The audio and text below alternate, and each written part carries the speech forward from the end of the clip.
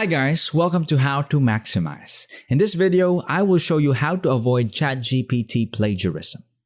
To start, search any article topic in your searching bar. Wait for the results.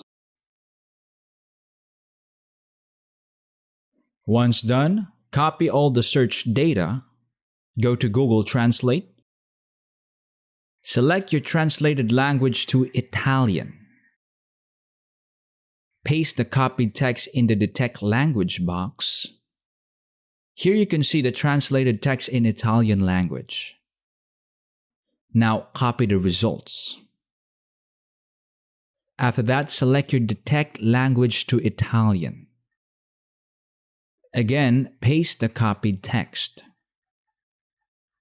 Now you can see the results in English language. Then copy the resulted text and paste it in Grammarly. Then click Done. It will give suggestions for any grammar mistakes. Then click on 3 horizontal lines in your left corner. From here, go to Language Preferences. Select Language. The other way to avoid plagiarism is to use Grammarly. Click Next. Then continue to Grammarly.